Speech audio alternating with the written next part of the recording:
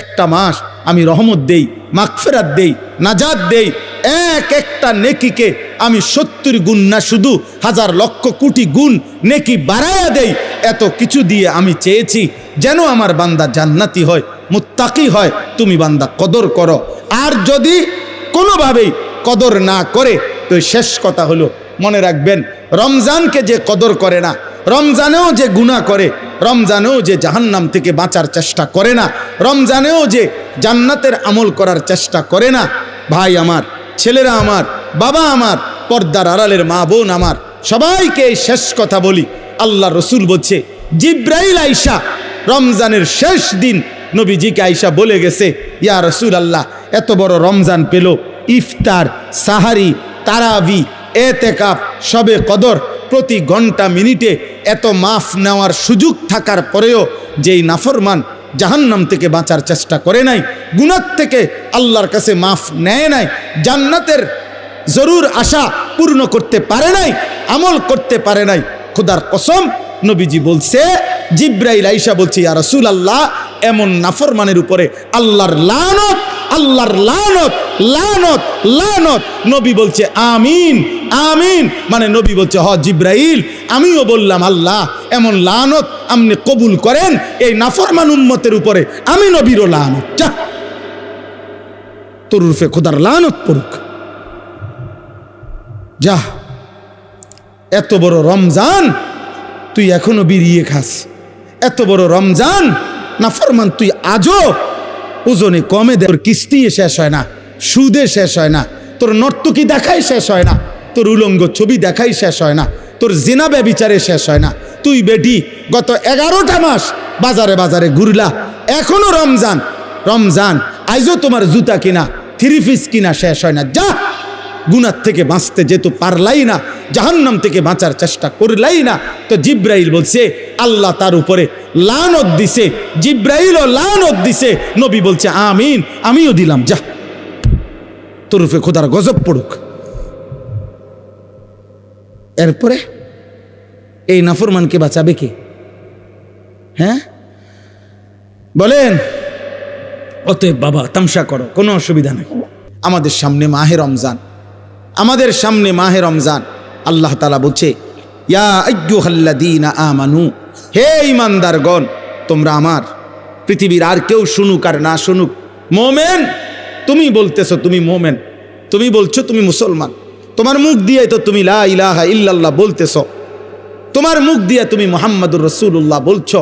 অতএব আমি তোমার কাছে চাচ্ছি, কুতিবা আলাইকুমুস সিয়াম, তোমাদের জন্য আমি রোজাকে ফরজ করলাম, কামা কুতিবা আলাল্লাযীনা মিন ক্বাবলিকুম, তোমাদের পূর্ববর্তী ঈমানদারদের উপরেও আমি রোজা ফরজ করেছিলাম।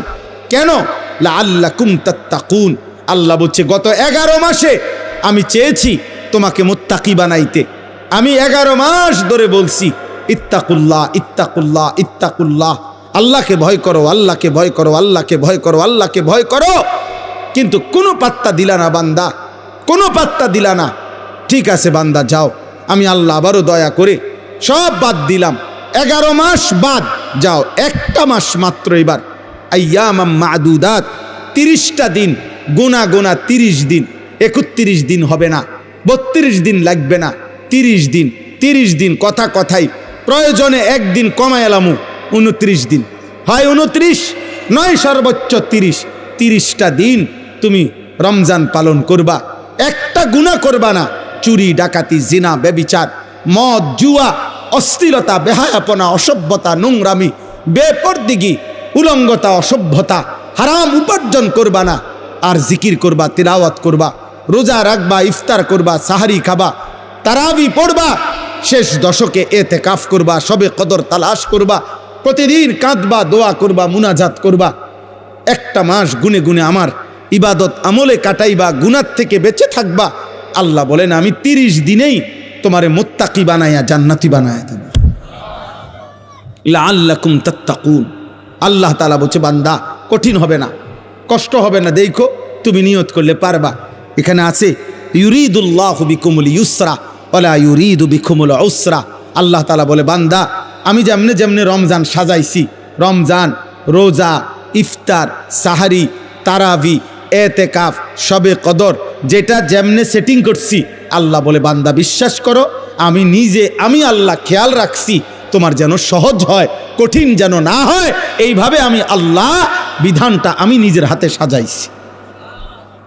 ইউরিদুল্লাহু বিকুমুল ইউসরা, তোমার কঠিন হবে না, তোমার কঠিন হবে না। আমি জানি তোমার ভিতর বাহির, তোমার শরীরের যোগ্যতা কদ্দুর, এ তো আমি দিছি বান্দা। তোমার শরীর স্বাস্থ্য, তোমার জীবন যৌবন আমি দিছি। তুমি অসুস্থ প্রচণ্ড, কোনোভাবেই তুমি পারবা না, তো ঠিক আছে, ফামান কানা মিনকুম মারিদান, তুমি যদি প্রচণ্ড অসুস্থ হও, যে অসুস্থতা রোগ বেড়ে যাবে রোজা রাখলে, তো ঠিক আছে, যখন সুস্থ হও তখন তুমি কাজা করে নিও। আল্লাহ বলছে লম্বা পথ সফর করবা, তোমার কষ্ট হবে মুসাফির, ঠিক আছে, তুমি ওই সময় রোজা ছেড়ে দিও, অন্য সময়ে যখন বাড়িতে থাকবা কাজা করে নিও। তুমি যদি একেবারে বৃদ্ধ দুর্বল হও, যে আর কোনোদিন সবল সুস্থ রোজা রাখার মতো যোগ্যতা তোমার ধারণা আর কোনোদিন হবে না, তো আল্লাহ বলেন অসুবিধা নাই, যাও ফিদিয়াতুন তুআমু মিসকিন, প্রত্যেক রোজার বিনিময়ে এক সাদকায়ে ফিতির, রমজানে যে ফিতরা দেন এই ফিতরা পরিমাণ একজন মিসকিনকে খাবার বা সমপরিমাণ মূল্য তুমি দিয়ে দাও। আল্লাহ বলেন সব রকমের সুযোগ রাখছি, প্রচণ্ড দুর্বল হলে কি করবা, মুসাফির হইলে কি করবা, একেবারে বৃদ্ধ হইলে কি করবা, এইভাবে গর্ভস্থিত নারী যার গর্ভে বাচ্চা আছে তার জন্য কি করতে হবে আল্লাহ তাআলা বলেন, আলাদা আলাদা করে বলছি, কঠিন কিছু বলি নাই। সন্ধ্যা থেকে নিয়ে সুবহে সাদিক পর্যন্ত খাও, পান করো, স্বামী স্ত্রী মিলামেশা করো, সুবহে সাদিক থেকে সূর্যাস্ত পর্যন্ত শুধু এইটুকু সময় খাদ্য খাবার থেকে বিরত থাকো। শেষ দশক এতেকাফের চেষ্টা করো, বেজর রাত্রিগুলো সবে কদর তালাশ করো, গুনাহ কইরো না। বাজারে তো সারা বছরই যাইতে পারবা, কাপড় লুঙ্গি শার্ট শাড়ি থ্রি পিস জুতা এ তো সারা বছরই কিনতে পারবা।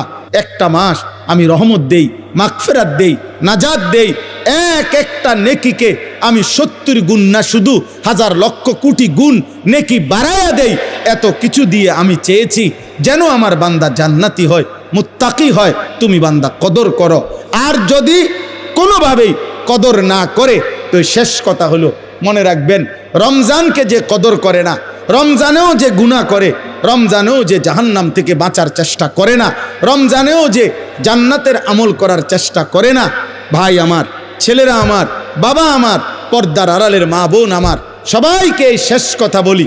আল্লাহ রসুল বলছে, জিব্রাইল আইসা রমজানের শেষ দিন নবীজিকে আইসা বলে গেছে, ইয়া রসুল আল্লাহ, এত বড় রমজান পেল, ইফতার, সাহারি, তারাবি, এতেকাফ, শবে কদর, প্রতি ঘন্টা মিনিটে এত মাফ নেওয়ার সুযোগ থাকার পরেও যেই নাফরমান জাহান্নাম থেকে বাঁচার চেষ্টা করে নাই, গুনাহ থেকে আল্লাহর কাছে মাফ নেয় নাই, জান্নাতের জরুর আশা পূর্ণ করতে পারে নাই, আমল করতে পারে নাই, খোদার কসম নবীজি বলছে, জিব্রাইল আইসা বলছে, ইয়া রাসূলুল্লাহ, এমন নাফরমানের উপরে আল্লাহর লানত, আল্লাহর লানত, লানত, লানত। নবী বলছে আমিন, আমিন, মানে নবী বলছে হ জিব্রাইল, আমিও বললাম আল্লাহ এমন লানত আপনি কবুল করেন এই নাফরমান উম্মতের উপরে, আমি নবীরও লানত, যা তোর রূপে খোদার লানত পড়ুক, যা। এত বড় রমজান তুই এখনো বিড়িয়ে খাস, এত বড় রমজান নাফরমান তুই আজও ওজনে কমে দে, তোর কিস্তি শেষ হয় না, সুদে শেষ হয় না, তোর নর্তকী দেখাই শেষ হয় না, তোর উলঙ্গ ছবি দেখাই শেষ হয় না, তোর জিনা ব্যভিচারে শেষ হয় না। তুই বেটি গত 11টা মাস বাজারে বাজারে ঘুরলা, এখনো রমজান, রমজান আইজও তোমার জুতা কিনা থ্রি পিস কিনা শেষ হয় না, যা। গুনাহ থেকে বাঁচতে যেহেতু পারলাই না, জাহান্নাম থেকে বাঁচার চেষ্টা করলাই না, তো জিব্রাইল বলছে আল্লাহ তার উপরে লানত দিছে, জিব্রাইলও লানত দিছে, নবী বলছে আমিন, আমিও দিলাম, যা তোর উপরে খোদার গজব পড়ুক। এরপরে এই নাফরমানকে বাঁচাবে কে? হ্যাঁ বলেন? অতএব বাবা তামসা করো, কোনো অসুবিধা নেই, এ কথা শেষ আমার। মনে রাখো, হাসি কান্না, আনন্দ বেদনা, সুখ দুঃখ, হ্যাঁ, আনুগত্য অবাধ্য, ঈমান কুফর, কোনো কিছুতেই পৃথিবী থামে না, তুমিও থামতা না, একদিন কবরেই চলে যাইত। হাসলেও কাঁদলেও, সুখে থাকলেও দুঃখে থাকলেও, ইমানদার হইলেও নাফরমান হইলেও, আনুগত্য থাকলেও আনুগত্য না থাকলো। সেজদা দিলেও মৃত্যু হবে, সেজদা না দিলেও মৃত্যু হবে। সেজদা দিতে দিতে আব্দুল কাদের জিলানী হইলেও মৃত্যু হবে, নাফরমানি করতে করতে ফেরাউন নমরুদ হইলেও কি হবে? খালাস, অসুবিধা নাই, কোনো অসুবিধা নাই। চলো ভাই, কারো জন্য পৃথিবী থামে না। আমাদের কারো মৃত্যুতে, আমাদের কারো জন্মে সেকেন্ড, ঘন্টা, মিনিট, 1 সেকেন্ড থামে না। সময়ের গতি থামে? কথা বলে না। পৃথিবী থামে কারো জন্য? না না। কোনো ক্ষমতাধরের মৃত্যু আর কোনো ফকিরের মৃত্যু সময়ের কাছে সবাই বরাবর। সময় বলে আমি চলছি তো চলছি, কে মরলো, কে জিতলো, কে হারলো, কে জন্ম নিল, আমার তো সময় না। আমি যাচ্ছি আখিরাতের দিকে, আমি যাচ্ছি কবরের দিকে। অকুল্লুম ফি ফালাকিন ইয়াসবাহুন। আল্লাহ বলে সব কিছু তার নির্ধারিত গক্ষপথে, গন্তব্যের দিকে, মানে আখিরাতের দিকে চলছে, সব চলছে। আমরা সবাই যাচ্ছি কোন দিকে? কথা বলে না। আমরা যাচ্ছি কোন দিকে ভাই? আখিরাতের দিকে, আখিরাতের দিকে। অতএব ব্যক্তি, ঘর, সংসার, পরিবার, দেশ, রাষ্ট্র, রাজনীতি, ক্ষমতা, সব কিছুতে আখিরাতকে প্রাধান্য দিবেন। বলেন ইনশাআল্লাহ, বলেন ইনশাআল্লাহ। ভোটের আগের দিনও আখিরাতকে প্রাধান্য দিবেন, ভোটের দিনও আখিরাতকে প্রাধান্য দিবেন, ভোটের পর দিনও আখিরাতকে প্রাধান্য দিবেন, আখিরাতকে প্রাধান্য দিবেন। কোনোভাবেই দুনিয়ার কাছে বিক্রি যাবেন না। আল্লাহ আমাদেরকে হেফাজত করেন, আল্লাহ আমাদেরকে কবুল করে নেন আমার ভাই। অতএব আলহামদুলিল্লাহ, আজকে এই মুবারক মাহফিলে অনেক কষ্ট করছেন আপনারা, এত লম্বা সময় সবর করছেন। আলহামদুলিল্লাহ, আল্লাহ তাআলা এই ফুলগড় বারেশ্বর মাদ্রাসা আল্লাহ কবুল করে নেন। আজকে যেই ছেলেরা হাফেজে কোরআন হয়েছে, আল্লাহ তাদেরকে কবুল করে নেন। যাদের সহযোগিতা করেছে, তাদেরকে হাদিয়া দিয়েছে বিভিন্ন রকমের, মাশাআল্লাহ, আল্লাহ তাআলা তাদের সবাইকে কবুল আর মঞ্জুর করে নেন। আমার একটা ছোট্ট পরামর্শ আছে, সেই পরামর্শটা হইল, না মানলেও সমস্যা নাই, বাকি আমি আমার পরামর্শ হইল, ওই যেই প্রবাসী কল্যাণ সংস্থার নাম বলছেন কি জানি, বারেশ্বর প্রবাসী কল্যাণ, বারেশ্বর প্রবাসী কল্যাণ সংস্থার কাছে, আপনাদের কাছে আমার পরামর্শ হলো, আমার আন্তরিক পরামর্শ হলো, প্রতি বছর যে হাফেজে কোরআন হবে তাকে একটা সাইকেল পুরস্কার দেওয়া হবে।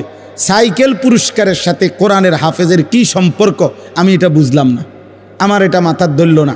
সাইকেলের সাথে কোরআন হেফজের সাথে সম্পর্ক কি হইল? এতে করে সে কি করবে? মানে হাফেজে কোরআন সাইকেল দিয়া আলাদা কি লাভবান হবে, এটা আমার মাথায় ধরল না। হ্যাঁ, এটা আমি বুঝলাম না। এই জন্য আমার পরামর্শ হলো, কোনো হক্কানি মুত্তাকি আলেমে দিন থেকে পরামর্শ নিয়ে আপনি জেনে নেবেন যে কোনো তালেবে এলেমকে, কোনো মাদ্রাসার ছাত্রকে, কোনো হাফেজে কোরআনকে কি পুরস্কার দিলে তার উত্তম হবে, তার সারা জীবনের এলেম অর্জনের জন্য কাজে লাগবে, পড়ালেখার জন্য কাজে লাগবে। এখন এইটা দিয়ে যদি সে কালকার থেকে গোটা 1 মাস সরকির মতো সারাটা মুরাদনগর গড়ে, তাইলে প্রবাসী কল্যাণ সংস্থার নেকি কি হবে আমি বুঝি না। এই জন্য আমি এটা ফিরাইয়া নিতে বলি না। আমি এবার তো দিছেন আলহামদুলিল্লাহ, কিন্তু উনি বলছেন প্রতি বছরেই একটা সাইকেল দিবে না। পৃথিবী যদি সবাই আপনার যেই সম্ভাবনা দেখা দিছে বাংলাদেশে, যেই প্রতিশ্রুতি এইবার নির্বাচনকে সামনে রেখে, আমি তো ধারণা করতেছি 13 তারিখ যেই জিতক 12 তারিখ প্রত্যেকের হেলিকপ্টার দিবে। বুঝেন নাই কথাটা? তাইলে তখন তার সাইকেল কাজে লাগতো না।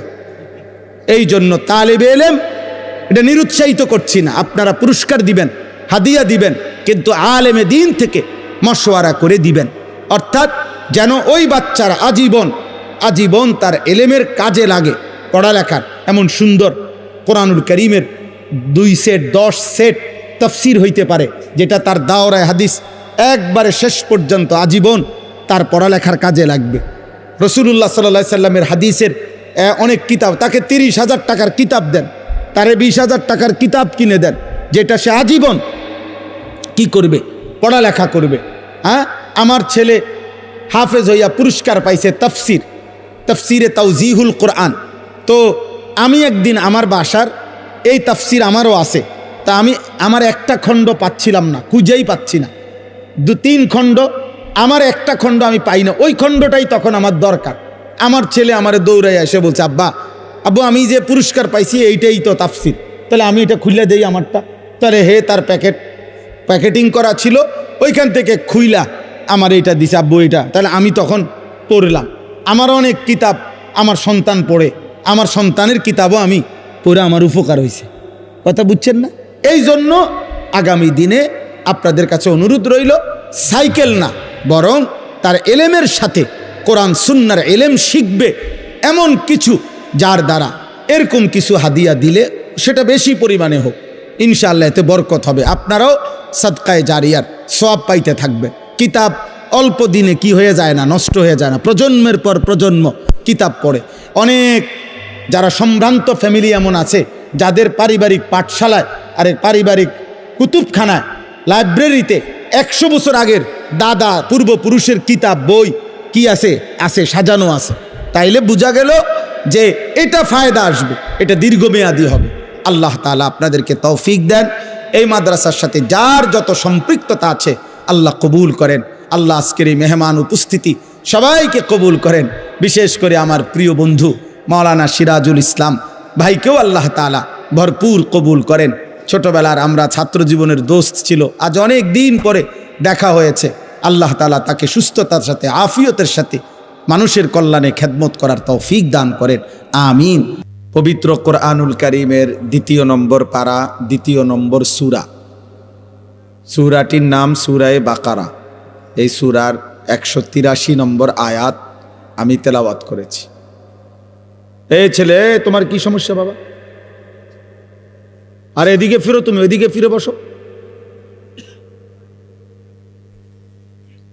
183 নম্বর আয়াত সূরায়ে বাকারার। এই আয়াতটি আমি তেলাওয়াত করেছি মাহে রমজানকে সামনে রেখে। পবিত্র কোরআনুল কারীমের সূরায়ে বাকারার এখানে 5টা আয়াত, 183 থেকে 187, 183, 84, 85, 86, 87। এই মোট 5টি আয়াতে রমজান, রোজা এবং রমজানের সাথে প্রাসঙ্গিক শরীয়তের বিধিবিধান, আল্লাহর বিধিবিধান আল্লাহ তাআলা বিস্তারিত এখানে উল্লেখ করেছেন। আমাদের প্রিয় নবী সাল্লাল্লাহু আলাইহি ওয়াসাল্লামের একটা মোবারক কথা বলো না আব্বা, কথা বলো না। ছেলেরা তোমরা একজন আরেকজনকে বুঝায় বলো, ভাই কথা বলতে দিও না। যে কোনোভাবে কথা থামে না তারা বাইর করে দাও, বাইরে ছেড়ে দিয়ে আসো, যায় ধরে আলগি দিয়া 4 জনে ধরে। আমি ব্যক্তিগতভাবে কোনো প্রার্থী না, আমার কোনো ভোটে কোনো আমি প্রার্থী না, অতএব আমি আগের থেকেই ব্যাপক জনসমর্থন কখনোই প্রত্যাশা করি না। কারণ আমি তো আর ভোটে দাঁড়াইছি না, কাজে আমি এত অনেক জনসমর্থন আমার দরকার এমন কিছু না। আমি একটা দিল থেকে সবসময় ভাবি আল্লাহর কথা একজনকে বললেও নেকি হয়, তার আমার নেকি দরকার, তো সেটা অল্প মানুষকে বললেও সমস্যা কি। কিন্তু গাফেল মানুষ, ফালতু মানুষ, অমনোযোগী মানুষকে 1000 বছর বললেও লাভ হয় না। যেই কলস উল্টানো, যেই জগ উল্টানো, উল্টানো কলসিতে 1 সাগর পানি ঢাললেও এটা কোনোদিন পুরবে না, কারণ এটা তো কলসটা কি উল্টানো। নবী সাল্লাল্লাহু আলাইহি ওয়াসাল্লাম এটা হাদিসে বলছেন, কিছু মানুষের অন্তর উল্টান কলসির মতো, কাল কুজে মিরবাদান, উল্টানো কলসির মতো। নবীজি সাল্লাল্লাহু আলাইহি সাল্লাম বলছেন, মানে কলস উল্টান, দিলটাও উল্টানো। এবং নবীজি বলছেন শুধু উল্টানো কলস না, বরং কলসির উল্টা পিঠে আলকাতরা দিয়া মাইখা দিছে, যাতে করে 1 ফোঁটা পানিও না জমে, পিছলা হয়। তো নবীজি সাল্লাল্লাহু আলাইহি সাল্লাম বলেছেন, কিছু নাফরমানের অন্তর আল্লাহর অবাধ্যতা করতে করতে তার দিল উল্টে যায়। ফলে একটা সময় হয় এমন, লা ইয়ারিফু মারুফান ওয়ালা ইউনকিরু মুনকার, তখন আর কখনোই পরবর্তীতে আল্লাহর গজব যখন হয়, তখন আর কখনোই তার ওই উল্টা অন্তরে কোনো নেক কাজকে নেক কাজ মনে হয় না, কোনো গুনার কাজকে গুনাই মনে হয়। এটা মানুষের জীবনের সবচেয়ে বড় দুর্ভাগ্য। কারণ এটুকু অনুভূতি যদি কারো চলে যায় তো তার জীবনে আর কিছু থাকে না। কম বেশি ভুল পাপ দোষ ত্রুটি আমাদের সবার আছে, হুজুরেরও পাবলিকেরও, ফির সাহেবেরও মুরিদ সাহেবেরও। কিন্তু বিষয়টা হলো অনুভূতি থাকা, নিজের বিবেক বোধ কাজ করে, আত্ম অনুভূতি আছে যে না, কাজটা আমি ঠিক করিনি, এটা উচিত হলো না, এটা আমার জন্য আল্লাহ তাআলার নিষেধ, এটা আমার জন্য আদেশ। এই যে এই বিবেক বোধ, পার্থক্য শক্তি, এটা যদি কমপক্ষে থাকে তো নিয়ামত, ধীরে ধীরে লোকটা বদলায়। কিন্তু 30 বছর 40 বছর ধরে প্রতিদিন এক তালে মিথ্যা কথা বলতেছে, এটা কোন ধরনের পাপ? দেন এক নিয়মে এক ঢঙ্গে মিথ্যাই বলতেছে। আজকে 40 বছর ধরে সুদ খায়, এটা কেমন সুদখোর? আজকে 60 বছর ধরে প্রতিদিন গালি দেয় এক তালে, এটা বেটার কথা বললেই নিয়ম গালিলেন। এক হাতে সিগারেট খাইতেছে, মুখে অকথ্য গালিগালাজ করতেছে, সামনে রঙিন টেলিভিশনে নাচ গান চলতেছে। মানে এটা যে গুনাহ, বছরের পর বছর তার বিবেকের মধ্যে এতটুকু অনুভূতিও নেই। এটা অনেক বড় লানত, অভিশাপ। এটা অনেক বড় দুর্ভাগ্য, বদনসিব, যে দিনের পর দিন, মাসের পর মাস গুনার পর গুনাহ, কিন্তু তার কখনো এটা অনুভূতিও হয় না, তার অনুভূতিও হয় না, তার শরীরে কোনো সৌদে নাই। ওই যে সর্দি মারাত্মক হইলে ঘ্রাণ শক্তি কমে যায়, তখন তার আর নাকে সুদ থাকে না। এই গুনাহ আর নাফরমানি যখন বেড়ে যায়, তো ধীরে ধীরে মানুষের উপরে যে মুসিবতটা আসে সেটা হলো আল্লাহর পক্ষ থেকে যেই আযাব আসে, সেই আযাব হলো আল্লাহ তাকে আত্মভোলা করে দেয়। ফাআনসাহুম আনফুসাহুম। এজন্য তাফসীরের মধ্যে আছে, কোনো মানুষের উপরে দুনিয়াতে আল্লাহর সবচেয়ে বড় শাস্তি কি? দুনিয়াতে সবচেয়ে বড় শাস্তি, তাকে আল্লাহ আত্মভোলা করে দেয়, আপন ভোলা। অর্থাৎ সে আর কোনোভাবেই বোঝে না সে কে, তার উচিত কি, করণীয় কি। খাইতেছে, ঘুমাইতেছে, পেশাব করতেছে, পায়খানা করতেছে, ঘুমাইছে তো ঘুমাইতেছে, মুতে ধরছে তো একখান দিয়ে মুতে দিছে। এটা কি রাস্তা? এখানে মানুষ চলাফেরা করে কিনা, কেউ দেখলে কি মনে করে? কোনো কিছু। হালালও খায়, হারামও খায়, গালিও দেয়, সালামও দেয়, মদও খায়, মধুও খায়, মাকেও দেখে, বোনকেও দেখে, আবার মোবাইলে টেলিভিশনে নর্তকীও দেখে, আপন স্ত্রীও দেখে, উলঙ্গ ছবিও দেখে। মানে পার্থক্য নেই তার ভিতরে, আর এই অনুভূতিটুকু কাজ করে না। সব কিছুই তার কাছে বরাবর। কষ্ট করে কামাই করে পয়সাও নেয়, সুদের টাকাও নেয়, কিস্তিও নেয়, সব মিলাইয়া 30,000, মিলে জিল্লে 12 লাখ টাকা পয়সা। কেমনে মিলাইছেন? এই এমনি এমনি, হুজুর দোয়া করেন, এমনি এমনি মিলাইছে। এমনি এমনি কি তা 6 লাখ জমি বেচা আর 6 লাখ সুদে কিস্তিতে। হালালও আছে, হারামও আছে, পার্থক্য নেই। এটা কোনো মানুষের উপরে সবচেয়ে বড় লানত, আল্লাহর সবচেয়ে বড় শাস্তি। ওয়ালা তাকুনু কাল্লাযীনা নাসুল্লাহ ফাআনসাহুম আনফুসাহুম। আল্লাহ তাআলা বলে, বান্দা আমাকে এই পরিমাণ ভুলে যেও না, একদিন আমি কিন্তু তোমাকে নিজেকে ভুলাই দেব। আর কোনো দিন তোমার মনে পড়বে না তোমার কবর, আখিরাত, পরকাল, মিজান, ফুলসিরাত, তোমার বিচার হবে, হাসর হবে, আমলনামা হাতে দেয়া হবে, কিচ্ছু আর মনে হবে। নাউযুবিল্লাহ। কোরআনুল কারীমের মধ্যে আছে, ওয়ায়াউমা ইয়া'আদ্দুয যালিমু আলা ইয়াদাইহি। নাফরমান পাপী হাসরের দিন নিজের হাতগুলো আঙ্গুলগুলো দাঁত দিয়ে এইভাবে কামড়াইয়া ছিঁড়ে ফেলতে চাইবে আফসুসে, আর বলবে, হায় আমি কি করলাম। ইয়াকুলু ইয়া লাইতানি ইত্তাখাযতু মা'আর রাসূলি সাবিলা। আমি যদি রাসূলের পথ ধরতাম। ইয়া ওয়াইলাতা লাইতানি লাম আত্তাখিজ ফুলানান খলিলা। হায় আফসুস, আমি যদি মন্দ লোককে বন্ধু না বানাইতাম। যে আমাকে নারী দেখাইলো, ছবি দেখাইলো, জিনা ব্যভিচারের আড্ডায় নিয়ে গেল, যে আমারে মদের আড্ডা, জুয়ার আড্ডা, সুদের আড্ডা, কিস্তির আড্ডা, যে আমারে দিয়া খুন, সন্ত্রাস, চাঁদাবাজি, রাহাজানি, অন্যায় অসভ্যতা করলো, আমি যদি তাকে বন্ধু না বানাইতাম, তাকে যদি অনুসরণ না করতাম, তার সাথে যদি না চলতাম, এই আফসুস করবে আর আঙ্গুল ছিঁড়ে ফেলতে চাই, কিন্তু কোনো লাভ হবে না, কোনো ফায়দা হবে। ইয়াউমাইদিন ইয়াতাযাক্কারুল ইনসানু ওয়া আন্না লাহুদ যিকরা। আল্লাহ তাআলা বলেন কিয়ামতের দিন প্রত্যেক নাফরমান তার দুনিয়ার সব পাপের কথা মনে পড়বে, কিন্তু আল্লাহই বলেন ওয়া আন্না লাহুদ যিকরা, কিন্তু বলো না বান্দা মনে পড়ে সেদিন কি লাভ হবে? মনে তো পড়বে, সব স্মরণে আসবে, কিন্তু লাভ তো হবে না। ওয়ালাউ তারা ইদিল মুজরিমুনা নাকিসু রুউসিহিম ইনদা রাব্বিহিম, আল্লাহ বলে সেদিন হাসরের দিন সমস্ত নাফরমান আল্লাহর সামনে মাথা নুয়ে, লজ্জায়, অপমানে, বেইজ্জতিতে মাথা নুয়ে থাকবে, আত্মসমর্পণ করবে, আল্লাহকে বলবে আল্লাহ ফারজি'না না'মাল সালিহান, দুনিয়ায় আমাকে আবার যেতে দেন, নেক আমল করব।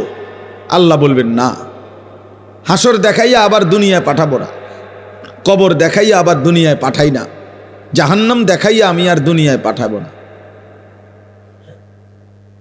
এই জন্য ভাই, এই প্রথম কথা এটা সব সময় আমি প্রতিদিন এটা বলি, আমার জীবনের সবচেয়ে বড় কথা হলো এটা যে দিল যেন মরে না যায়। আহা, এর চাইতে বড় দুর্ভাগ্য আর কিছু নেই, যে আর কোনোদিন তার চোখে আলো পড়ে না, আর কোনোদিন সে অন্ধকারকে অন্ধকার মনে করে না।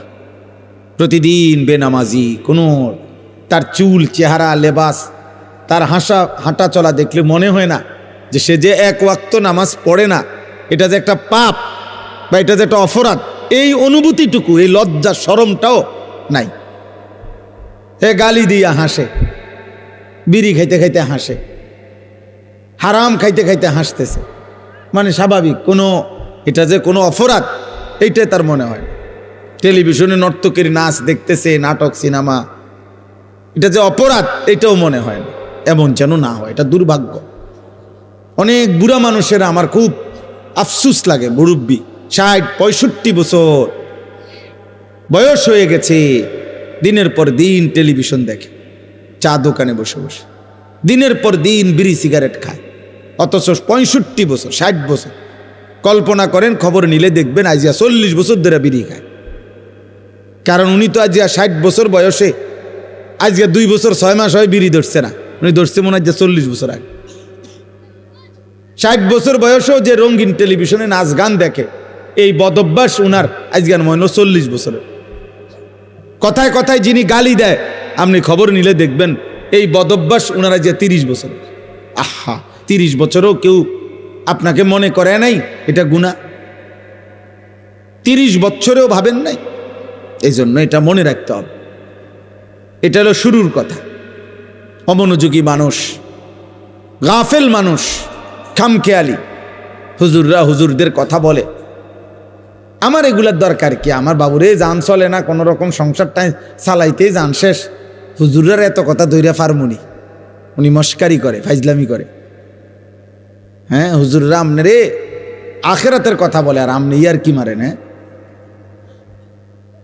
চা দোকানে বসে বসে গপ মারে। ও কয় তো হুজুররা তো কয়, ভালো লাগিয়ে কয়, বুঝি তো আমরা লাগিয়ে তো কয়, ফারি না, ও শেষ।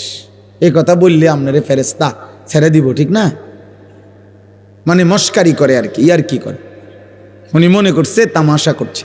আখেরাত তামাশা না, আখেরাত খামখেয়ালি না, দুনিয়া তামাশা, দুনিয়া খেলাধুলা, দুনিয়া ফালতু জিনিস, দুনিয়া একদম ফালতু, দুনিয়া বেহুদা।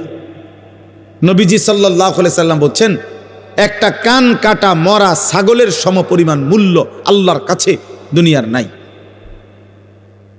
বিশুদ্ধ হাদিস। নবীজি সাল্লাল্লাহু আলাইহি সাল্লাম বলছেন, একটা মাছির ডানা পরিমাণ মূল্য আল্লাহর কাছে দুনিয়ার নাই। লাউ কানাতিদ দুনিয়া তা'দিলু ইনদাল্লাহ মিসলা জানাহি বাউদা মা সাকা কাফিরাম মিনহা শারবাতাম মিন মাইন। নবীজি সাল্লাল্লাহু আলাইহি সাল্লাম বলছেন, আদ-দুনিয়া মালউনা ওয়া মালউনুন মা ফিহা। নবীজি বলছে দুনিয়া পুরাটা অভিশপ্ত, মালউন, লানতের যোগ্য, এবং দুনিয়ার যা আছে সব অভিশপ্ত। আল্লাহ নবী সাল্লাল্লাহু আলাইহি সাল্লাম বলছেন, আল্লাহ তাআলা কোরআনুল কারীমে বলছে, আরাদিতুম বিল হায়াতিদ দুনিয়া মিনাল আখিরা ফামা মাতাউল হায়াতিদ দুনিয়া ইল্লা কালিল। বান্দা তোমরা বুঝি আখিরাতকে বাদ দিয়ে দুনিয়া পেয়ে খুশি হয়ে গেলা? শোনো, আখিরাতের তুলনায় দুনিয়া সামান্য সামান্য। আল্লাহ তাআলা বলছে, ওমাল হায়াতুদ দুনিয়া ইল্লা মাতাউল গুরুর। দুনিয়ার জীবন আর কিছু নয়, শুধুই ধোঁকা। গুরুর মানে ধোঁকা। আল্লাহ বলছে, যিনি বানাইছেন তিনি। কোম্পানি বলতেছে এটা 2 নম্বর, কোম্পানি নিজে বলতে আছে এটা 2 নম্বর। আপনি কৃত্রিম এরকম কারমাকারি করেন।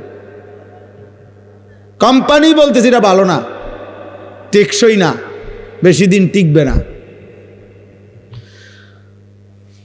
যিনি সৃষ্টি করেছেন তিনিই বলতেছেন। দুনিয়া সৃষ্টি করেছেন কে? তো তিনিই বলছেন এটা টিকবে না। অতএব আমরা যারা প্রত্যেকেই একজনই বোঝেন, একজন, তো আমি একজনকেই বললাম, আমরা মুসলমান, আমাদের জীবনের সব আয়োজন আখিরাতকে সামনে রেখে। আমার হাসি, আমার কান্না, আমার আবেগ, আমার অনুভূতি, আমার রাত, আমার দিন, আমার সকাল, আমার দুপুর, আমার ব্যক্তি জীবন, আমার ঘর, আমার সংসার, আমার জীবন, আমার যৌবন, আমার আয়, আমার উপার্জন, আমার বাজার, আমার ব্যবসা, আমার রোজগার, আমার কামাই, আমার দেশ, আমার রাষ্ট্র, আমার রাজনীতি, আমার ক্ষমতা, আমার সব কিছু আখিরাতের জন্য। কিসের জন্য? আখিরাতের জন্য। আখিরাতের জন্য। রাষ্ট্রের সেবায় কিছু করব, তাও আখিরাতের জন্য। ঘরের বিবি বাচ্চার সেবায় কিছু করব, তাও আখিরাতের জন্য। আখিরাতের জন্য। এক মুসলমানের জন্য কেউ না মানুক, গোটা পৃথিবী যত চাকচিক্যই দেখাক, সত্যিকার মুমিনের কাছে আখিরাতই আসল। ওয়ালাদ দারুল আখিরাতু খায়রুল লিল্লাযিনা ইয়াত্তাকুন। আল্লাহ তাআলা বলেন, আখিরাতের ঘর সমস্ত মুত্তাকি, আল্লাহকে যারা ভয় করে তাদের জন্য আখিরাতের ঘর জান্নাতি, খায়রুন, উত্তম। ওয়া ইন্নাদ দারাল আখিরাতা লাহিয়াল হায়াওয়ান। আল্লাহ বলে আখিরাতের ঘর জান্নাতি হচ্ছে প্রকৃত অর্থে জীবন, বেঁচে থাকার সার্থকতা, লাইফ, জীবন, হায়াত আখিরাত। দুনিয়া কোনো বেঁচে থাকার সার্থকতাই নাই। 1 কোটি টাকার দামের গাড়ি হোক, 100 কোটি টাকা দামের বাড়ি হোক, যিনি বানাইছেন তিনি নিশ্চিত জানেন এখান থেকে তাকে একদিন চলে যেতে হবে। তাহলে মৃত্যু যার ঘাড়ের কাছে, অ্যাক্সিডেন্ট যার পাশে পাশে, অসুস্থতা আর দুর্বলতা যার সঙ্গী, তার আবার আনন্দ কি? আনন্দ কি? গাড়ির দাম 1 কোটি টাকা হোক না, অ্যাক্সিডেন্ট তো সঙ্গী। হায়াত যত স্বাস্থ্যবানই হোক না কেন, মৃত্যু তো আমার সঙ্গী। তাহলে মৃত্যু যার সঙ্গী, অ্যাক্সিডেন্ট, দুর্ঘটনা, বিপদ আর মুসিবত, অসুস্থতার দুর্বলতা যার সঙ্গী। ভাই তোমরা একটা ছেলে গিয়ে এই কাছের ছেলেগুলারে আওয়াজটা থামাও না। তোমরা বুঝের কোনো ছেলে যার কথা বললে শুনবে এমন 2জন ছেলে যাও না ভাই। এখানে যে ছেলেগুলো কথা বলতেছে অগরে দূরায় দাও না, সরায় দাও না। আশ্চর্য! আহারে, মুসলমানের বাচ্চা অভিভাবক শূন্য। আমরা প্রতিদিন এই পেরেশানি করি রে ভাই। অভিভাবকরা টোটালি মানুষের পরিচর্যা বাদ দিয়ে অভিভাবক শ্রেণী ব্যস্ত হইল ঘর, বিল্ডিং আর দালানের পরিচর্যা। উনি ব্যস্ত হইল এর চাইতে ভালো কাঠ সোফার জন্য কোথায় পাওয়া যায়, এর চাইতে ভালো ইট। আমি ওই দিন আমার একজনে বলতেছে, হুজুর মানে বিল্ডিং করব ক্যান্টনমেন্ট, আপনার কোথায়? ঢাকা ধামরাই, সুয়াজ ভাই, আরো কোথায় জানি দূরে, কত মাইল দূরে, ওইখান থেকে হুজুর 1 নম্বর ইট সাইয়ান্স, 1 নম্বর ইট আনছে কি আপনার কত মাইল দূরের থেকে, বিল্ডিং যেন মজবুত হয়। সিমে আরে বালু আনছে গিয়া ওই ময়মনসিংহ থেকে, নিজে সারা রাত ট্রাকের লগে ছিল, যাতে করে বেটা 2 নম্বর বালু না দেয়। 1 গাড়ি বালু হাতে 2 নম্বর দিলে আর কিতেই দিব। 1 গাড়ি বালু আনছে, হুজুর বিশ্বাস করেন নিজে যাও নে একের জাগাত প্রায় 2700 টাকা লাভ হয়েছে হেবড়ার। মানে এত খুশি জীবনে, এর চাইতে বড় পাওয়ার কি হইতে পারে যে আমি নিজে সারা রাত ট্রাকের লগে থাকার বরকতে আল্লাহ আমারে 2700 টাকা লাভবান করে দিছে। দুনিয়া ওনারে কেমন লাভ দিয়ে দিছে, সুবহানাল্লাহ। উনি এমন বুঝা বুঝছে ময়মনসিংহের থেকে নিজে গিয়া বালু আনছে। দুনিয়া এভাবে বুঝে, অভিভাবক শ্রেণীর ফিকির এটা। আমার একজনে বলছে হুজুর পুরাটা বিল্ডিং এর বালু আস্তর করছি, একটা বালু দৌন ছাড়া লাগাই নাই, সবগুলো বালু আগে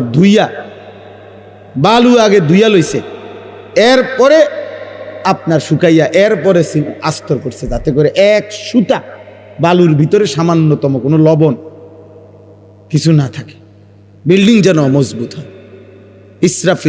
ইসরাফিলের আব্বাও যদি ফু দেয় যাতে বিল্ডিং ভাঙবে না, এত পিওর বালু না, বালু তো একদম ধুইয়া লইছে না। তাহলে আমি বললাম যে মাশাআল্লাহ ভাই, আমি এদূর বুঝছি যে আপনি বালু মধ্যে যেন বালু না থাকে এই জন্য ধুইয়া লাইছে না আপনি। মানে সে কয় না যে ধুইছি এই জন্য যাতে বালু না থাকে, আপনি বালুরে কিটা ধুইলেন আমি বুঝলাম না। দুনিয়া এমন বুঝা বুঝছে। মুসলমান আপন ছেলে বরবাদ, এক ওয়াক্ত নামাজ নাই, অভিভাবক জানেও না। ছেলেটা সারা দিন সারা রাত মোবাইলে কত নারী দেখে, কত উলঙ্গ ছবি দেখে, বাবা মার খবরও নাই। উনি আছে ময়মনসিংহতে বালু আনতেছে। নাইজেরিয়ান 1 নম্বর লোহা কাঠ দিয়া ঘরের বিল্ডিং এর ফ্রেম দিছে, দরজার চৌকাঠ লাগাইছে, সব কিছু জানে, কোনখানের কাঠ, দরজার চৌকাঠ কাঠ কোনটা 1 নম্বর, পাল্লা কোনটা 1 নম্বর, ইট কোনানে 1 নম্বর, সিমেন্ট কোথায় 1 নম্বর, সব জানে।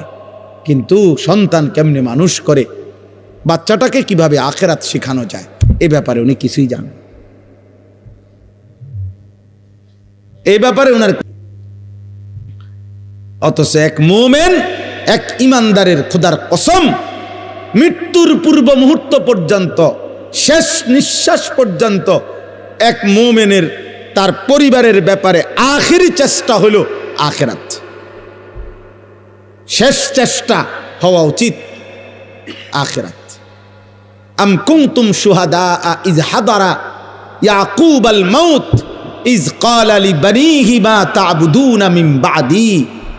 কোরআনুল কারীমের মধ্যে আছে, আল্লাহ তাআলা বলেন ইয়াকুব আলাইহিস সালাম তার 12 জন সন্তান, এই 12 জন সন্তান ইয়াকুব নবীর, ইয়াকুব আলাইহিস সালাম এর 12 জন সন্তান ছিল। ওই যে ইউসুফ বিনিয়ামিন, ওনারা 2 ভাই, আরো 10 ভাই পানিত ফেলা কূপে ফেলাইছে যে 10 ভাই, এ কয়জন হলো? 12 জন। 12 জন সন্তান ইন্তেকালের সময় ইয়াকুব আলাইহিস সালাম ওনার চারদিকে বসাইয়া, কোরআনে আল্লাহ বলছে, উনি জিজ্ঞেস করছে মা তা'বুদুনা মিন বাদি, ছেলেরা আমার, মৃত্যুর পূর্বে শেষ তোদের কাছে আমি জানতে চাই তোমরা আমার পরে কার ইবাদত করবা, কার গোলামি করবা, আমি শুধু এই কথা শুনতে চাই। ক্বালু না'বুদু ইলাহাকা ওয়া ইলাহা আবাইকা ইব্রাহিমা ওয়া ইসমাঈলা ইলাহান ওয়াহিদা। ছেলেরা বলল, আব্বা যুগ যুগ ধরে আপনি যেই ইলাহের ইবাদত করতেন, আপনার পূর্বপুরুষ ইসহাক, আপনার পূর্বপুরুষ ইব্রাহিম, ওনারা ইসমাইল, ওনারাও যেই রবের ইবাদত করত, আমরাও মৃত্যু পর্যন্ত সেই রবের ইবাদতই করব। তো ইয়াকুব আলাইহিস সালাম বলছে, ঠিক আছে আব্বা, আমি বিদায় নিলাম, আমি নিশ্চিন্ত হলাম, আমার সন্তানের কাছ থেকে আমি শেষবারের মতো আল্লাহর ইবাদতের কথা মনে আছে কিনা এটা জেনে রাখলাম। চিন্তা করে দেখে, হযরত ইব্রাহিম আলাইহিস সালাম, কোরআনুল কারীমের মধ্যে আছে, ইব্রাহিম নবী আল্লাহর কাছে দোয়া করতেন, রব্বি জাআলনি মুকিমাস সালাহ ওয়া মিন যুররিয়্যাতি রব্বানা ওয়া তাকাব্বাল দুআ। কোরআনুল কারীমের মধ্যে সবচেয়ে বেশি দোয়া হলো ইব্রাহিম নবীর দোয়া। অনেক দোয়া আছে, ইব্রাহিম আলাইহিস সালাম দোয়া করছেন, তন্মধ্যে এই একটা দোয়া কেবল, এটা একটু ভিন্ন আঙ্গিকের ইব্রাহিম নবী বলছেন। সেটা কি? ইব্রাহিম আলাইহিস সালাম বললেন, এই যে এখন বললাম। উনি বললেন, আল্লাহ আপনি আমাকে শতভাগ নামাজি বানায় দেন, অমিন যুররিয়াতি, এবং আমার সন্তানদেরকেও আমার বংশধরকেও আপনি নামাজি বানান। এরপরে বলছে, আল্লাহ আমার আরো দোয়া আছে সামনে বলতেছি, তবে রব্বানা ওয়া তাকাব্বাল দুআ, এই দোয়াটা এখনই আলাদাভাবে এখনই কবুল করেন। এটা আমার আলগা দোয়া, এটা স্পেশাল দোয়া, পরেরটি দিবেন না দিবেন পরে, কিন্তু এটা দিতে হইব যে আমাকে নামাজি বানাবেন, আমার সন্তানদেরকে নামাজি বানাবেন। এক পিতার দোয়া এটা, এক পিতার স্বপ্ন, আমার ছেলে নামাজি হবে, আমার মেয়ে পর্দানসীন হবে, আমার স্ত্রী চরিত্রবান হবে। আর কিচ্ছু নাও যদি মিলে, খোদার কসম কোনো অসুবিধা নেই। স্ত্রী সন্তান যদি বছরের পর বছর মাটিতেও ঘুমায় তাইলেও কোনো সমস্যা নাই।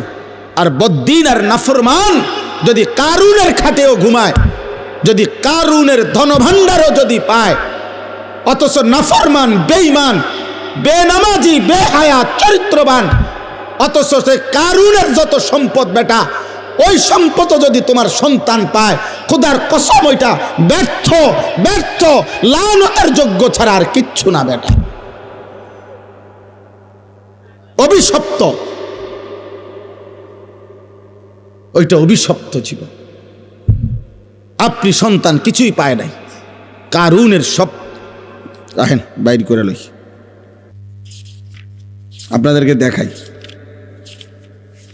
মানে কোরআনুল কারীমের মধ্যে এই কারুনের ঘটনা আছে। তো ওই ঘটনার মধ্যে এই যে আছে যে কারুন যখন রাস্তা দিয়া বের হইতো, এই পরিমাণ ঠাটবাট, শৌর্য, বীর্য, অহংকার এবং চাকচিক্য, জাকজমক দিয়া কারুন বের হইতো। তো তাকে দেখে আশেপাশের মানুষরা আফসুস করত, আফসুস করতো। আল্লাহ কোরআনে ডাইরেক্ট বলছে, আফসুস করতো আর বলতো, আহারে আল্লাহ যদি আমাগরেও কারুনের মতো একটু দিত। এই যে কোরআন শরীফে আছে সরাসরি, ফাখরাজা আলা কওমিহি ফি জিনাতিহি, কারুন তার সাজ সজ্জা জাক জমক নিয়ে বের হতো। তো ক্বালাল্লাযীনা ইউরিদুনাল হায়াতাদ দুনিয়া, যাদের হৃদয় শুধু দুনিয়ার লোভ ছিল, তারা বলতো, ইয়া লাইতা লানা মিসলা মা উতিয়া কারুন, আহা আল্লাহ যদি আমগরেও কারুনের মতো একটু দিত, তাহলে আমরাও একটু সুখে থাকতাম। খোদার কসম আল্লাহ বলে, এরপরে যেদিন আল্লাহ কারুনকে তার সমস্ত ঘর সম্পদ, রাশি রাশি স্বর্ণরৌপ্য সহ জীবন্ত মাটির নিচে দাফন করে ফেলছে, ফাখাসাফনা বিহি ওয়া বিদারিহিল আরদা, তাকে তার ঘর সহ আল্লাহ জিন্দা মাটির নিচে দাফন করে দিছে এই নাফরমান বেঈমানকে। তখন কি হইল? ওয়া আসবাহাল্লাযীনা তামান্নাউ মাকানাহু বিল আমস ইয়াকুলুনা ওয়াইকা আন্নাল্লাহা ইয়াবসুতুর রিজকা লিমান ইয়াশাউ মিন ইবাদিহি ওয়া ইয়াকদির লাউলা আম্মান্নাল্লাহু আলাইনা লাখাসাফা বিনা। পরের দিন কারুনের এই নির্মম পরিণতি দেখে ওই গতকাল পর্যন্ত যারা আফসুস করত, তারা বলতো, আল্লাহ আপনার হাজার কোটি শুকর, আপনি যাকে যে দুর্মন চাইছেন এ দূর দিছেন, আল্লাহ আপনি দয়া করছেন, তার মতো আমাগরে দেন নাই, নাই তো আজকে তার সাথে তো আমরাও ডুবে যাইতাম, আমরাও তো মাটির নিচে ধসে যাইতাম। এখানে সরাসরি কোরআন শুরু করা। পরের দিন আফসুস করছে, হা আল্লাহ আপনি আমগরে রক্ষা করছেন। এই ডাকাতের মতো, এই নাফরমান বেঈমানের মতো যদি আমগরেও দিতেন, আমরা তো ধ্বংস হয়ে যাইতাম। এই জন্য বাবা, যে বাচ্চাগুলো আল্লাহর কোরআনের হাফেজ হইল, যাদের মাথায় পাগড়ি দেওয়া হলো, হাসরের দিন আপনি তাদেরকে দেখবেন, ওরাও আপনাকে দেখবে। আর ছেলেরা, তোমরা যারা এই মহল্লার ছেলে, অথবা তারা যেই মহল্লার, তোমরা যারা এই তার মহল্লার পাশাপাশি, তোমরাও তাকে দেখবা, তারাও তোমাদেরকে দেখবে। একটা গুরুত্বপূর্ণ কথা মনে রাখবেন, কোরআনুল কারীমের মধ্যে আছে, ফাইন্নামা হিয়া জাজরাতুন ওয়াহিদাতুন ফাইদা হুম ইয়ানজুরুন। আল্লাহ তাআলা বলেন, হাসরের মাঠটা কি? আল্লাহ বলেন, ইসরাফিলের একটা ফু। ইসরাফিল একটা ফু দিবে, দ্বিতীয়বারের মতো আর কবরের সব কিছু উপরে উঠে আসবে, আর হাসরের ময়দান হবে, আর প্রত্যেকে তাদের পরিচিত জনকে একে অপরে তাকাইতে থাকবে। এই জন্য তাফসীরের মধ্যে আছে কিয়ামতের দিন আমাদের প্রত্যেককে কিন্তু আমাদের পরিচিত লোকজনদের সাথেই দাঁড় করানো হবে। মানে আমারে চীনের মানুষের লগে দাঁড় করাইতো না, আমারে কোনো জাপানের মানুষের লগে দাঁড় করাইতো না, আমারে আমার পরিচিত লোকদের সাথেই কি করানো হবে? দাঁড় করানো হবে।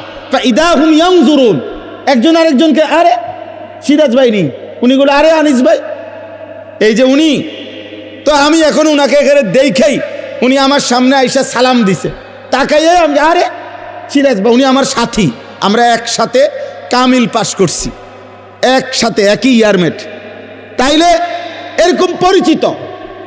ইদা হুম ইয়ানজুরুন, একজন আরেকজনকে দেখবে, চিনবে, আরে দোস্ত, আরে আপনি, এইভাবে চেনা জানা পরিচিত মানুষদের মাঝেই উঠবে খোদার কসম। তখন যার আমল নামা ডান হাতে দেওয়া হবে, সে তার এই পরিচিত লোকগুলাকে একটা চিৎকার দিয়া আমল নামাটা হাত দিয়া দেখায় বলবে, হা উমুকরাউ কিতাবিয়া, আমার আমল নামা দেখো, আমার নাম জান্নাতীদের কাতারে উঠছে।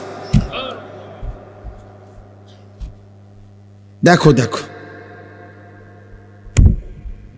এবার নাফরমান কি দেখাবে? কি দেখাবে? বেঈমান কি দেখাবে? তখন ইমানদার তো দেখাবে, হা উমুকরাউ কিতাবিয়া, আমার আমল নামা পড়ো, দেখো, ইন্নী জানানতু আন্নী মুলাকিন হিসাবিয়া। সে বলবে আমি আপনাদের মাঝেই বড় হইছি, আপনাদের সাথে খাইছি ঘুমাইছি, এক বাজারেই ব্যবসা করছি, দোকানদারি করছি, এক গ্রামেই চলাফেরা করছি, কিন্তু খোদার কসম আমি কলিজা দিয়া বিশ্বাস করেছি হাসরের দিন হবে। এই জন্য আমি বাজারও করছি, নামাজও পড়ছি, সংসারও করছি, হালালও খাইছি, রোজগারও করছি, কষ্টও করছি, আবার হালালের দিকেও খেয়াল করছি, হালালের দিকেও খেয়াল। আমার একজন আপনজন আছে, আমার আপনজন, আমার একজন দুলা ভাই আছে, উনি বলছেন, পুরা বাজার সাক্ষী দিছে শতবার, উনি নিজে বলছে আমারে, ভাই আমি গত 37 বছরের ব্যবসার জীবনে 37 বছর ব্যবসার জীবনে কোনোদিন আমার জামাত নামাজের 5 ওয়াক্ত কোনো ওয়াক্তের নামাজের জামাত ফৌত হইছে, মিস হইছে, আমার 37 বছরের ইতিহাসে আমার এটা মনে হয় না।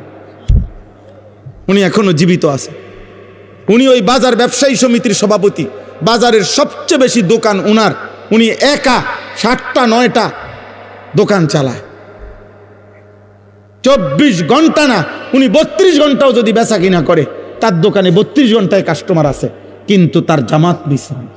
কিভাবে সম্ভব? মসজিদে যাইয়া জামাতে, বাজার মসজিদে নিয়মিত উনি টাইমলি হাজির।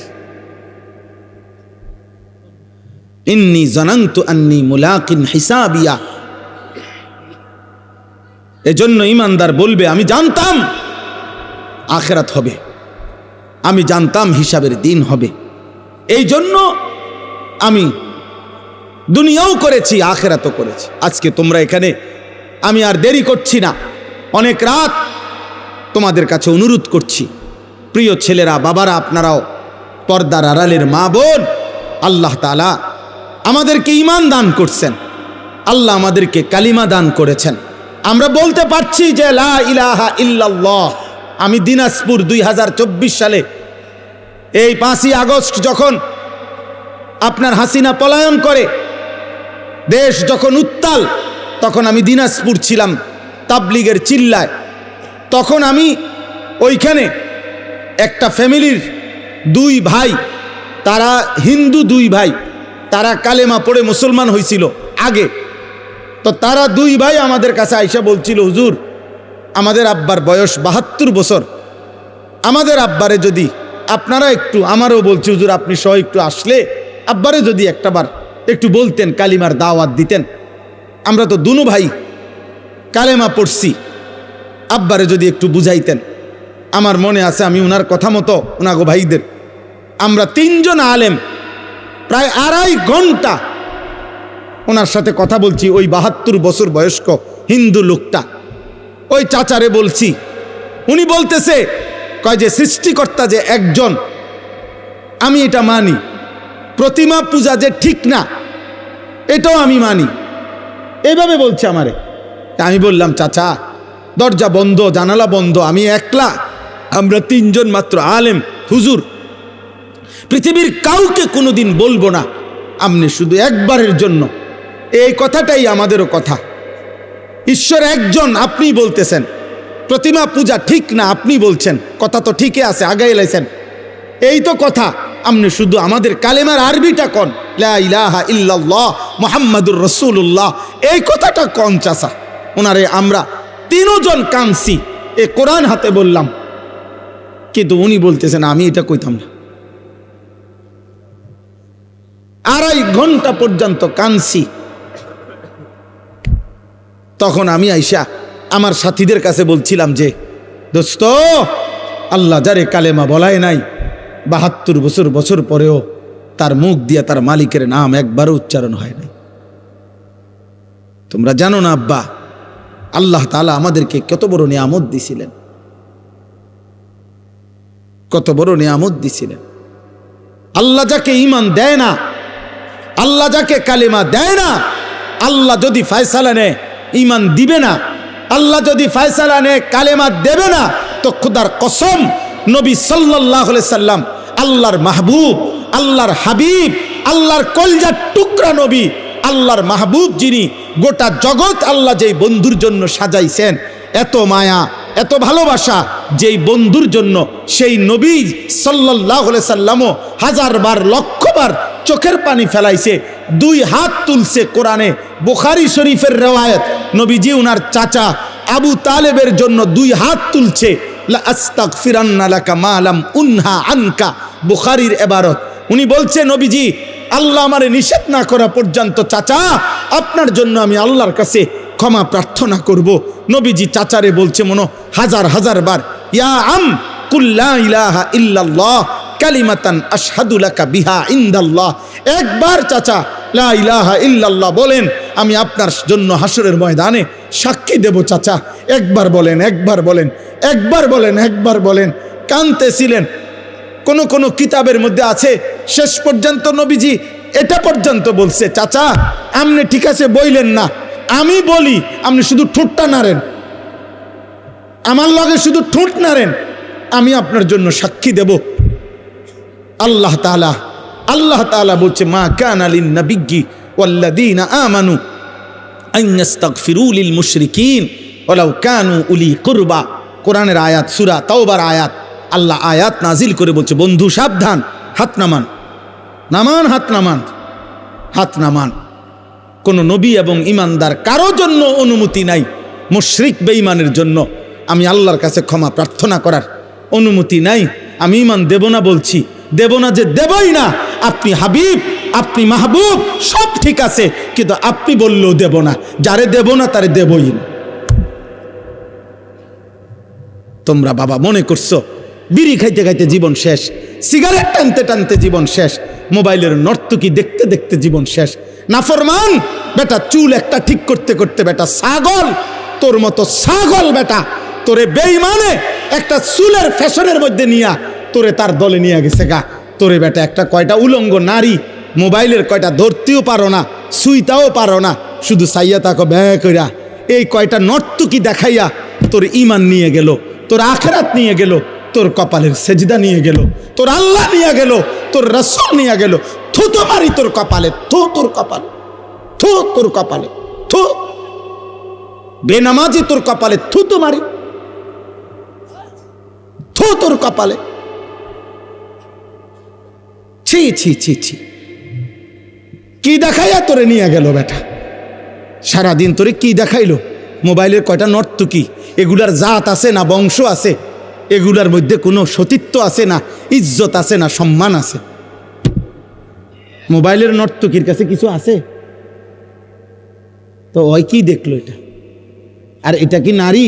এটা তো নারী না, এটা তো নারীর ছবিও না, ছবির ছায়া, এটা তো ছায়া ছবি। তো তুমি কি দেখে শরীরটা শেষ করলে? ওই যে দেখেন, ওই আর এক অপদার্থ দেখেন, এই মোবাইল এটা ধরে রেখেছে, দেখছেন? রাত 12টা বাজে, বিবেকের কোনো অনুভূতি নাই। হ্যাঁ, মনে করছে জীবন মানে মোবাইল, এটাই ভাবে, মনে করছে জীবন মানে চুল ফিরাইতাছি, কেউ মাতে না, আমারে যে সুন্দর লাগে, বোঝেন না, খাড়াইয়া মুতি যে সুন্দর লাগে আমারে, যে হেন্দিয়া মুতে ধরে হেন্দিয়া মুতালায়। এটা কি রাস্তার পাশে হেন্দিয়া গাড়ি যায়, সিএনজি যায়, মানুষ যায়, বেডইত যায়, বেডিত যায়, কি মনে করে? আরে কি মনে করবো কি তা আবার মনে করার কি আছে? মানুষ হইলে না ভাবতো, ইনসান হইলে না ভাবতো। তুমি একজনকে বলি নাই আব্বা, আল্লাহ তোমাকেও মাফ করে দেন।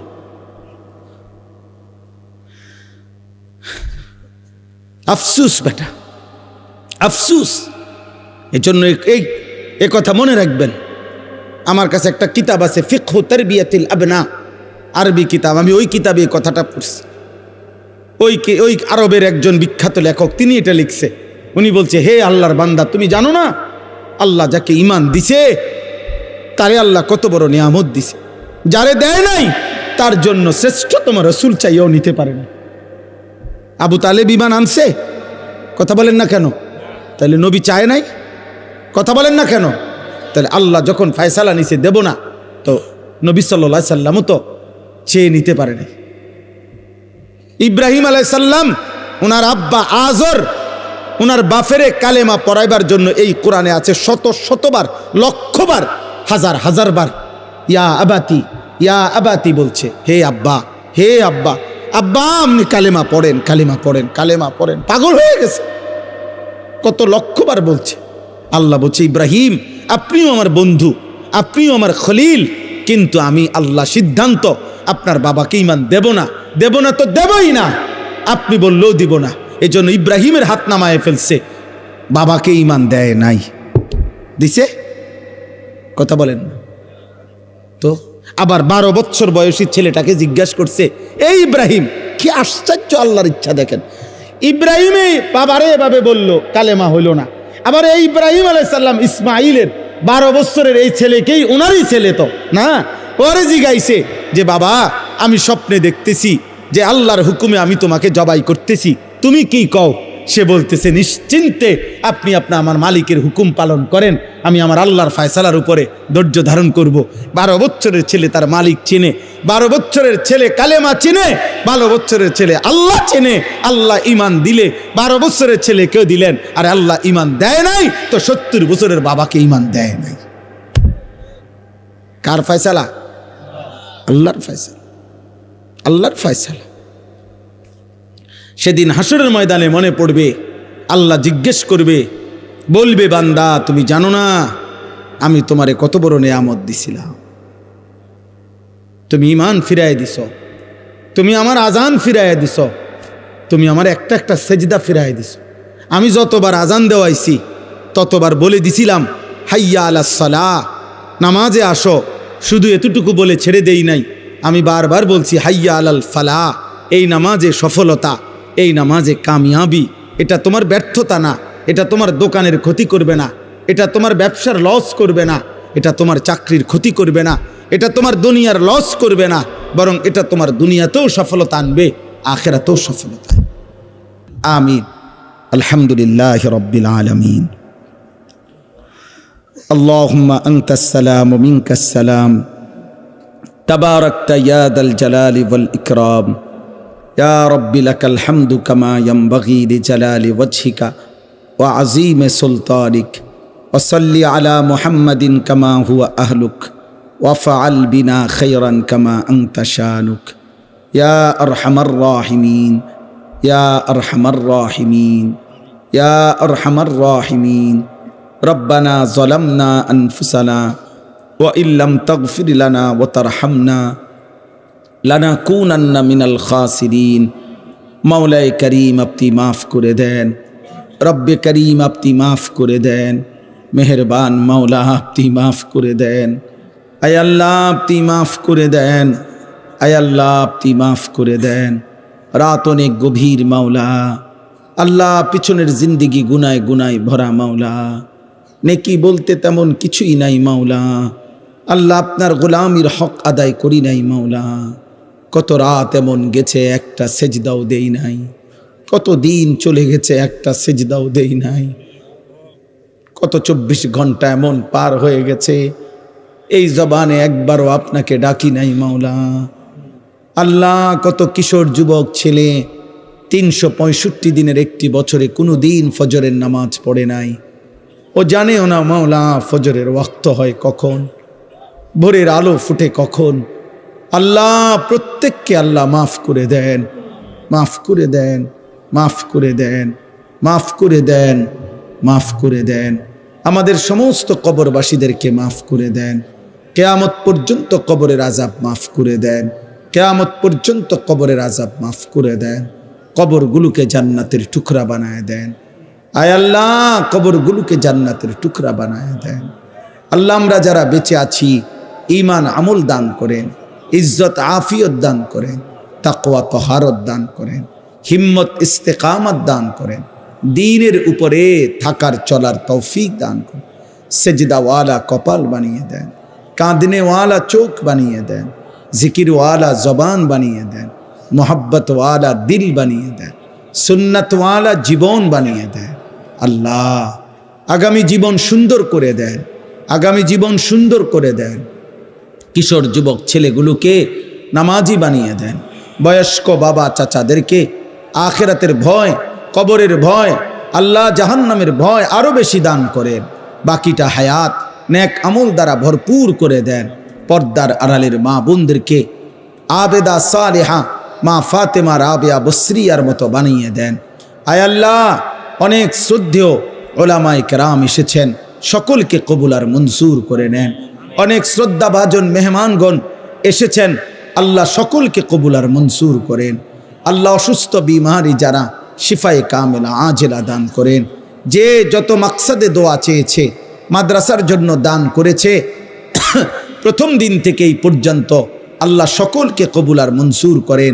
সকলের দান সাদাকায় বরকত দান করেন। প্রত্যেকের নেক মাকসাদ পূরণ করে দেন, অভাব দূর করে দেন। আল্লাহ, প্রবাসে বিদেশের জমিনে যারা, আয় আল্লাহ সকলকে কবুল আর মনসুর করেন।